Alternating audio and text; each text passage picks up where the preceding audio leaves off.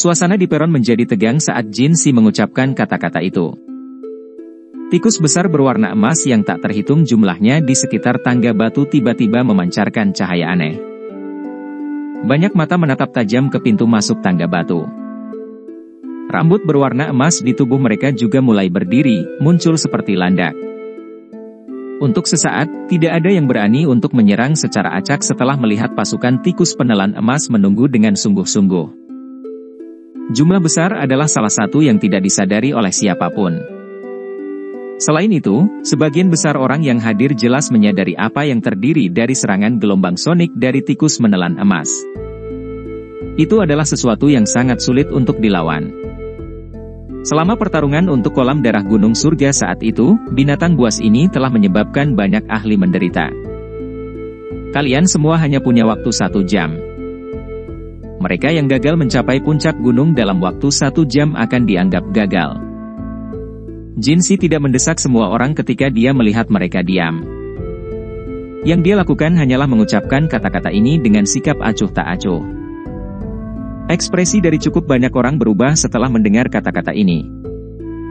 Sesaat kemudian, dua sosok akhirnya tidak bisa menunggu lebih lama lagi saat mereka keluar dari keramaian. Mereka bertukar pandangan satu sama lain sebelum segera menangkupkan tangan mereka ke Jin Si dan berkata, "Gerbang transformasi tulang, Huya dan Hu Cheng." Jin Si mengangguk. Gerbang transformasi tulang tidak jauh dari pegunungan mata surga dan agak terkenal. Tentu saja, itu secara alami lebih rendah jika dibandingkan dengan faksi seperti pavilion petir angin. Selain itu, kekuatan kedua orang ini secara kebetulan sama dengan bintang 4 dan bintang 5 Dou Huang.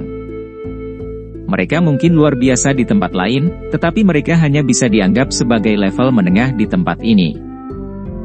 Setelah menyapa Jin Si, Dou Qi yang agak putih pucat dan kuat keluar dari tubuh mereka, segera membungkus keduanya. Keduanya tiba-tiba menginjak tanah tepat setelah Dou Qi melonjak. Tubuh mereka melesat seperti petir saat mereka bergegas menaiki tangga batu. Dari cara keduanya bertindak, sepertinya mereka ingin mengisi melalui apa yang disebut susunan suara gelombang tikus dalam sekali jalan. Kecepatan keduanya memang cukup cepat. Setelah sekejap, mereka telah menyerang lebih dari 100 meter. Pada saat ini juga rambut pada tikus penelan emas yang padat di sekitar tangga batu berdiri tegak. Setelah itu, mereka membuka mulut yang penuh dengan gigi tajam. Pekik! Pekik! Teriakan tajam, yang sepertinya mampu menembus jiwa seseorang membawa riak yang tidak biasa, seperti nada suara iblis, tiba-tiba muncul. Ini segera menyebar ke segala arah. Kedua sosok itu tiba-tiba berhenti ketika gelombang sonik muncul. Wajah mereka dengan cepat menjadi pucat, tetapi mereka tidak segera dikalahkan. Mereka menahan gejolak Dou Qi di dalam tubuh mereka saat jari kaki mereka menekan tangga batu dan melesat keluar. Grup. Mereka menahan gelombang sonik, yang datang dari segala arah, dan maju 10 meter sebelum tubuh mereka berdua sekali lagi menegang. 2 suap darah segar dimuntahkan. Tubuh mereka sepertinya mengalami pukulan berat saat mereka terbang mundur. Akhirnya, mereka mendarat dengan keras di atas panggung di depan tatapan semua orang. Seteguk darah segar lagi dimuntahkan. Cukup banyak orang di peron mendesah dengan menyesal saat melihat ini. Susunan suara sialan ini memang merepotkan untuk ditangani. Gagal. Jin Si menggelengkan kepalanya dan perlahan berkata. 2 orang dari gerbang transformasi tulang hanya bisa menggelengkan kepala setelah mendengar ini. Mereka berjuang untuk bangun dan berdiri di samping dengan enggan. Yang bisa mereka lakukan sekarang hanyalah berharap akan ada kurang dari 8 orang yang bisa melewati deretan suara ini. Jadi, mereka mungkin masih punya kesempatan. Siapa selanjutnya? Tatapan Jin Si menyapu dan sekali lagi bertanya. Platform sekali lagi sunyi ketika kata-kata ini diucapkan. Xiao Yan, Nona Feng, Tang Ying, dan yang lainnya tidak menjawab. Meskipun mereka diburu waktu, tidak perlu terburu-buru sekarang. Seseorang seharusnya tidak mengabaikan mengasah kapaknya sebelum memotong kayu. Jika mereka mengamati deretan suara, mungkin ada peluang yang lebih besar bagi mereka untuk berhasil melewatinya. 4 orang lainnya melangkah di tengah keheningan ini. Dari kelihatannya, mereka sepertinya berencana menggunakan nomor mereka untuk menerobos paksa. Jinsi tanpa sadar menggerakkan mulutnya ketika dia melihat 4 orang menyerbu bersama. Ada benang ejekan di wajahnya. Mengandalkan angka tidak akan memungkinkan seseorang untuk menerobos susunan suara gelombang tikus ini. Itu memang seperti yang diharapkan Jinsi. Tidak lama setelah keempat orang ini menaiki tangga batu, 2 orang di depan dikirim terbang kembali oleh suara aneh yang menusuk jiwa bahkan sebelum mereka menutupi setengah perjalanan. Setelah itu, mereka dengan sedih mendarat di peron. Dari tampang nafas mereka yang lelah, terlihat jelas bahwa mereka menderita luka serius. Gagal, lanjutkan. Jinsi mengangkat matanya, melirik orang-orang yang hadir, dan dengan malas berbicara. Xiao Yan menyaksikan orang-orang melangkah maju untuk menantang pos pemeriksaan hanya untuk akhirnya kembali dengan kegagalan ke bagian belakang peron. Hasilnya, matanya menjadi sedikit serius. Kesulitan susunan suara ini tampaknya lebih sulit dari yang dia duga. Di antara para penantang sebelumnya, ada juga beberapa orang yang mengetahui teknik dou gelombang sonik. Namun, gelombang sonik yang mereka keluarkan tidak hanya gagal membuat mereka berhasil mengisi melalui pos pemeriksaan, tetapi malah berakhir diguncang oleh gelombang sonik pasang tikus. Mereka memuntahkan seteguk darah dan terbang kembali setelah 2 gelombang suara itu bertabrakan. Meskipun mereka gagal, 1 orang telah melakukan perjalanan terjauh di antara mereka yang pernah mencobanya. Jika teknik dou-nya gelombang sonik mampu menahan gelombang sonik yang dipancarkan dari begitu banyak tikus penelan emas, kemungkinan dia akan benar-benar berhasil menerobos masuk. Sementara tantangan terus berlanjut, orang yang berpartisipasi meningkat. Waktu mereka berhasil bertahan saat menghadapi deretan suara menjadi lebih lama. Ini menyebabkan cukup banyak orang merasa agak bersemangat. Bagaimanapun, bahkan jika mereka bukan orang yang menerobos masuk, mereka setidaknya bisa merasakan harapan. Tangan Xiao Yan tanpa sadar membelai dagunya setelah orang lain dikalahkan. Kekuatan orang ini sekitar 7 bintang dou huang atau lebih, yang mirip dengan kekuatan Xiao Yan sebelumnya. Namun, orang ini masih terpukul mundur oleh gelombang sonik saat dia masih berada sekitar 100 meter dari puncak gunung. Gelombang desahan lainnya terdengar dari peron ketika mereka melihat orang ini gagal. Segera, sosok berwarna-warni perlahan melangkah maju. Menjadi salah satu titik fokus di peron, tindakan Nona Feng secara alami menarik perhatian semua orang yang hadir. Cukup banyak orang yang langsung fokus. Dengan kekuatan wanita ini, dia dianggap sebagai eksistensi teratas di antara semua orang yang hadir. Bahkan jika dia tidak dapat menembus susunan suara ini, kemungkinan hampir tidak ada orang yang berhasil melewatinya. Wajah malas Jinsi mengungkapkan ekspresi tertarik ketika dia melihat Nona Feng berjalan keluar. Dia telah mendengar sedikit tentangnya di sini. Dengan bisa menjadi penerus yang paling mungkin dari faksi seperti Pavilion Petir Angin, sepertinya tidak ada yang akan percaya bahwa dia tidak memiliki kemampuan. Jinsi sangat tertarik dengan penampilannya hari ini. Feng Qing'er dari Pavilion Petir Angin menyapa tetua Jinsi. Guru telah menyuruh saya untuk mewakilinya dan mengirimkan salam sebelum saya pergi. Wanita berpakaian warna-warni berjalan ke depan tangga batu dan tersenyum saat dia berbicara dengan Jinsi. Jinsi tersenyum tipis ketika mendengar ini. Dia berkata, bantu saya berterima kasih pada Lei Zunze atas perhatiannya. Aku akan pergi ke Pavilion Petir Angin untuk menemuinya jika ada kesempatan di masa depan. Apakah Feng Qing'er namanya? Lei Zunze, memang. Benar-benar mustahil bagi Pavilion Petir Angin untuk memiliki posisi seperti itu di dataran tengah jika mereka tidak memiliki douzun. Xiao Yan menghela nafas dalam hatinya dan bergumam pelan pada dirinya sendiri setelah mendengar percakapan singkat antara Feng Qing'er dan Jinsi. Feng Qing'er mengobrol dengan sopan di depan tangga batu sebelum dia berhenti berbicara. Matanya yang cantik beralih ke tangga batu yang menuju ke puncak gunung. Setelah itu, dia melihat ke arah tikus menelan emas yang padat di sekitarnya. Kehormatan juga muncul di wajahnya. Cahaya perak cerah dengan cepat melonjak keluar dari tubuhnya sebelum segera membungkusnya. mulai.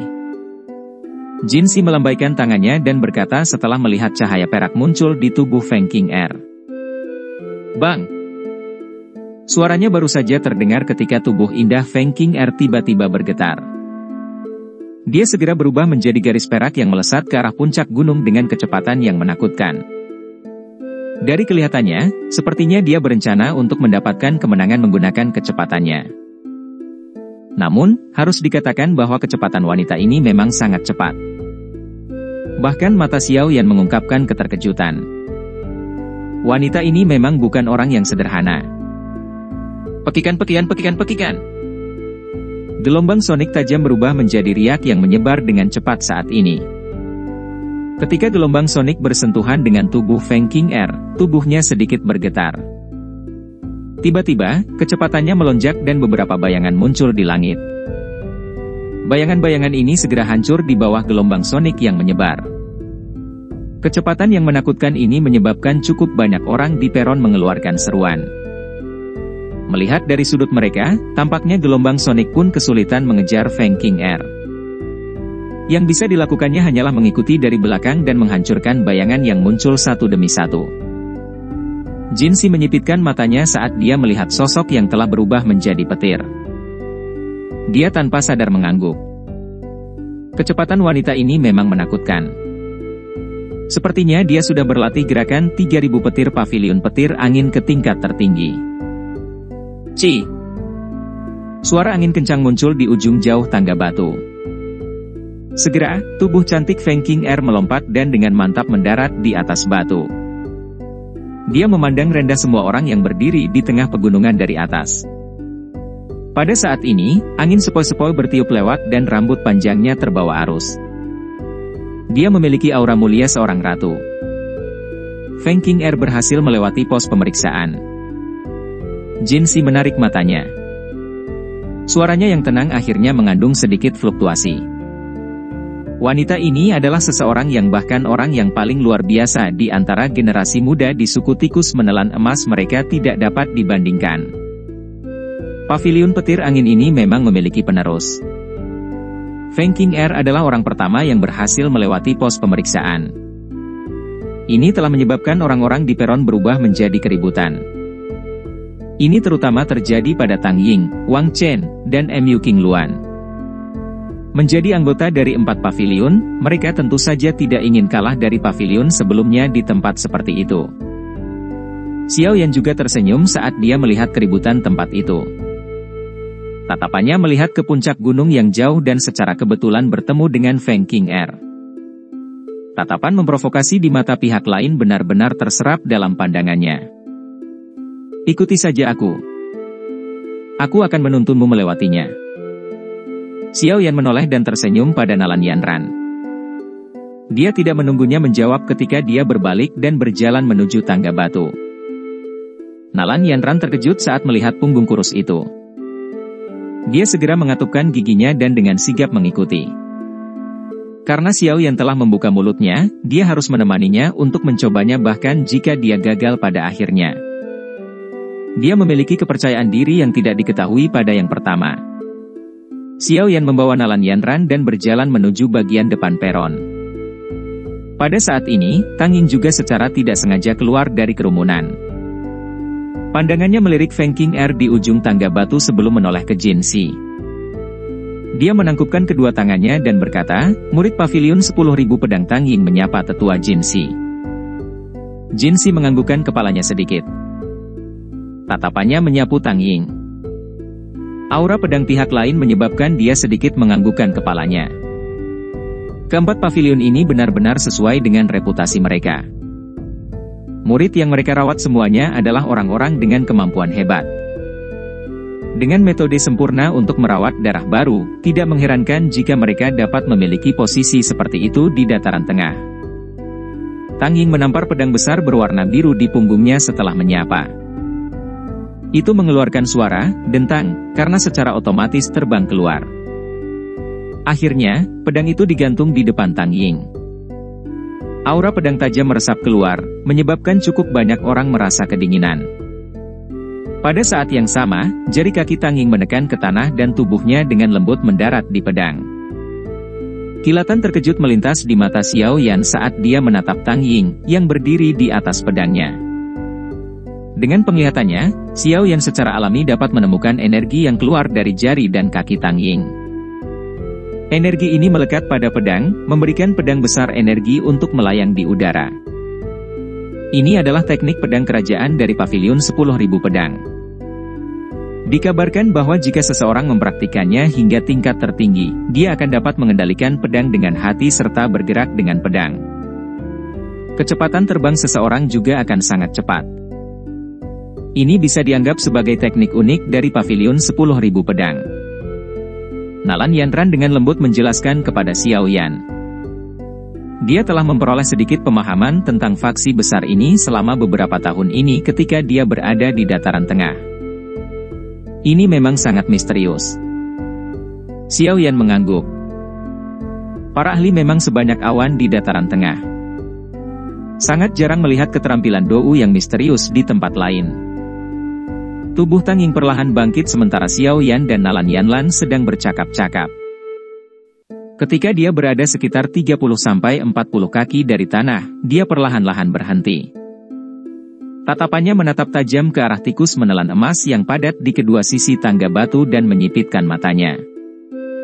Sesaat kemudian, dia mengayunkan jubahnya dan pedang panjang di bawah kakinya mengeluarkan suara "ci" dan bergegas maju seperti meteorit. Tubuhnya berubah menjadi sosok pedang biru yang melesat menuju puncak gunung. Pekikan, pekikan, pekikan. Sosok pedang itu baru saja menyerbu ke area tangga batu ketika suara menusuk telinga yang datang dari segala arah ditransmisikan ke arahnya. Di bawah serangan gelombang sonik semacam ini, bahkan jiwa seseorang akan menjadi sangat gemetar. Jika seseorang tidak memiliki keterampilan pertahanan yang kuat, kemungkinan jiwanya akan mengalami cedera yang cukup serius. Namun, ekspresi Tang Ying masih tetap dingin di hadapan serangan gelombang sonik yang kuat. Aura pedang tajam melonjak keluar dari tubuhnya, muncul seperti lotus pedang berwarna biru, yang melilit seluruh tubuhnya. Gelombang sonik membentuk riak yang kuat saat bertabrakan dengannya. Namun, ini tidak menghentikan Tang Ying. Di depan mata iri banyak orang di peron, Tang Ying dengan paksa menerobos banyak gelombang sonik dalam waktu kurang dari 3 menit. Dengan sekejap tubuhnya, dia menyerbu ke puncak gunung dan perlahan mendarat di atasnya. Napasnya sedikit tergesa-gesa, tapi matanya menunjukkan kegembiraan yang langka. Meskipun hanya waktu yang singkat telah berlalu sebelumnya, bahaya yang terlibat tidak kurang dari pertempuran besar antara ahli dengan level yang sama. Keberhasilan.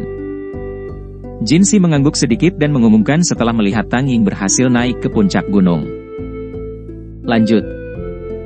Sosok kuning segera bergegas keluar setelah mendengar ini. Akhirnya, dia keluar dari kerumunan di depan Xiao Yan. Dia menangkupkan tangannya ke arah Jinsi dan berkata, "Wang Chen dari pavilion musim semi kuning." Wang Chen tiba-tiba menoleh setelah mengatakan ini. Dia menatap Xiao Yan yang berada tidak jauh di belakang dan senyum dingin muncul di wajahnya. Xiao Yan benar-benar mengabaikan ini. Senyuman tipis masih terlihat di wajahnya. Wang Chen tidak menunda-nunda. Dia dengan cepat membalikkan tubuhnya dan tatapannya tertuju pada 2 orang di puncak gunung. Sambil tertawa, Dou Qi seperti tinta hitam gelap dengan cepat keluar dari tubuhnya. Setelah itu membungkusnya seperti bola hitam. Kakinya menginjak tanah dan bola hitam itu menggunakan metode paling brutal untuk bergegas maju dengan suara "ci". Serangan gelombang sonik itu sekali lagi melonjak ketika Wang Chen memasuki area di sekitar tangga batu. Namun, Wang Chen mengandalkan Dou Qi-nya yang kuat untuk menahan gelombang sonik dengan kuat. Langkah kakinya tampak seolah-olah dia terbang saat dia menempuh jarak lebih dari 100 kaki. Dalam sekejap mata dia sudah dekat dengan puncak gunung. Cukup banyak orang yang mengeluarkan seruan ketika mereka melihat orang ini telah memilih untuk menggunakan metode seperti itu. Mereka segera menghela nafas pelan. Dou Qi orang ini memang luas dan kuat. Dia mampu mengisi daya dengan paksa melalui susunan suara ini. Meskipun mungkin tampak agak kikuk, itu masih merupakan metode yang layak. Haha.